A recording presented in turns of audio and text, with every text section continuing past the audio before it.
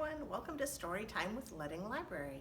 My name is Jessalynn, and today we're going to do a story about a bird trying to learn how to fly. First, we're going to do a song about some apples in a tree. Can you help me count the apples and see how many we have? Ready? 1, 2, 3, 4, 5. That's right, we've got 5 apples in our tree. Can you hold up one hand with your 5 fingers and help me count along? Here we go. 5 little apples hanging in the tree. The farmer wasn't looking, so she didn't see. Along came... Who's that? It's a rabbit, or a bunny. Do you think Bunny's hungry? Let's see. Along came a bunny as hungry as can be and ate that apple right out of that tree. Now how many apples are left? Ready? 1, 2, 3, 4. That's right. Now we've got 4 fingers. 4 little apples hanging in the tree. The farmer wasn't looking, so she didn't see. Along came... Who's this? It's Squirrel. Along came a squirrel as hungry as can be and ate that apple right out of that tree. How many apples are left? That's right. 1, 2, 3. 3 little apples hanging in the tree. The farmer wasn't looking, so she didn't see. Along came... Who's that? A bat. That's right. Along came a bat as hungry as can be and ate that apple right out of that tree. Now how many apples are left? We've got 1, 2. 2 little apples hanging in the tree. The farmer wasn't looking, so she didn't see. Along came... Who's this? That's right, it's goat. Goat will eat anything. Along came a goat as hungry as can be and ate that apple right out of that tree. Delicious. How many apples are left now? Oh, just 1. 1 little apple hanging in the tree. The farmer wasn't looking, so she didn't see. Along came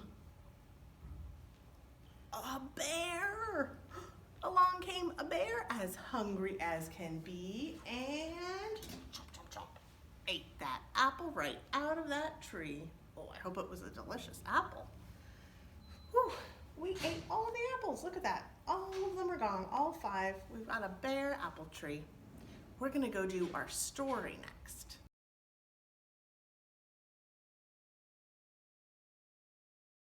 Today's book is called Mel Fell. Now, which animal do you think is Mel? I think so too. I think she's the bird. Let's see what happens to her. You might notice that this book is read a different way than most books.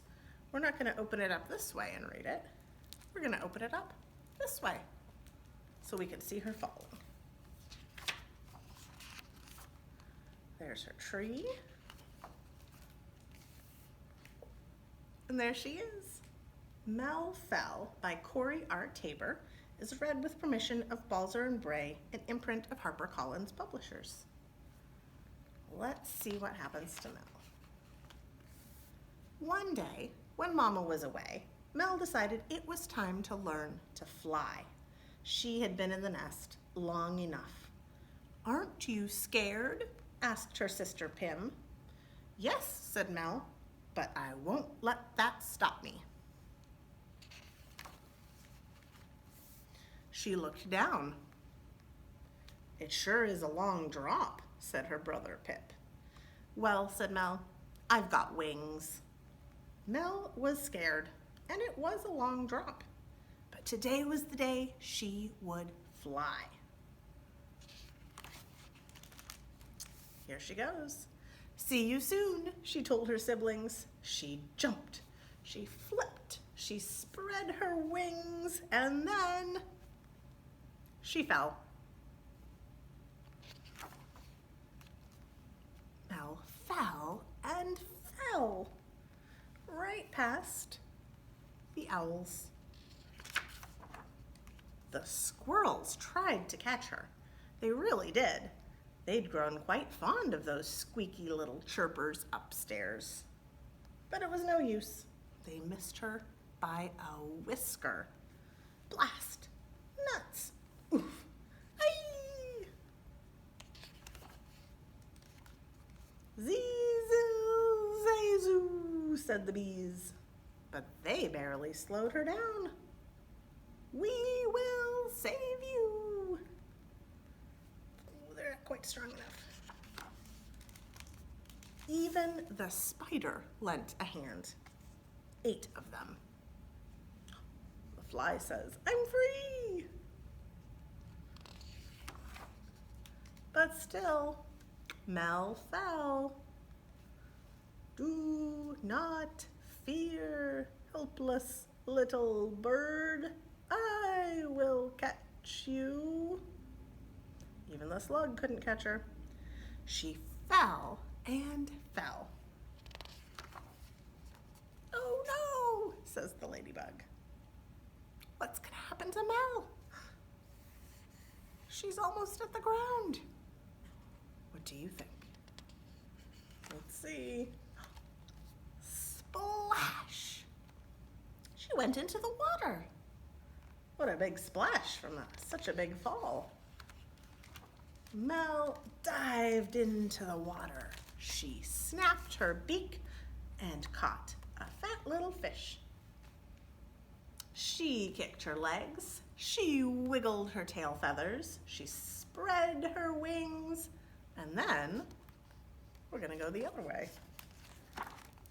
She flew. Look at that. She flew. Mel flew and flew. Back past the ants. Back past the slug. As Mel flew by, the spider clapped her hands, all 8 of them. Can you clap your hands for Mel? Clap, clap, clap. The bees said, huzzah, huzzah.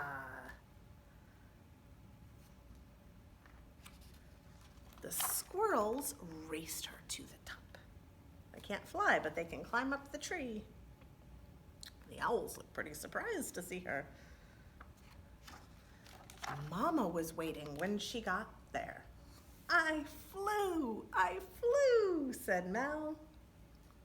I'm flying, says the fish. I knew you could, said Mama. I knew I could too, said Mel. Splash. There went the fish. Do not fear, helpless little fish. I will catch you. Too late. Who do you think that was? And here's a note that tells us about the kind of bird Mel is. Mel is a kingfisher. Kingfishers catch fish by diving into the water from tree branches or wires. Many kingfishers nest in tunnels they dig in earthen banks near water, while others nest in tree hollows. Some even live in old termite nests. A young kingfisher probably doesn't catch a fish the first time they leave the nest. But then, Mel is a very special bird, isn't she? That was the story of Mel Fell.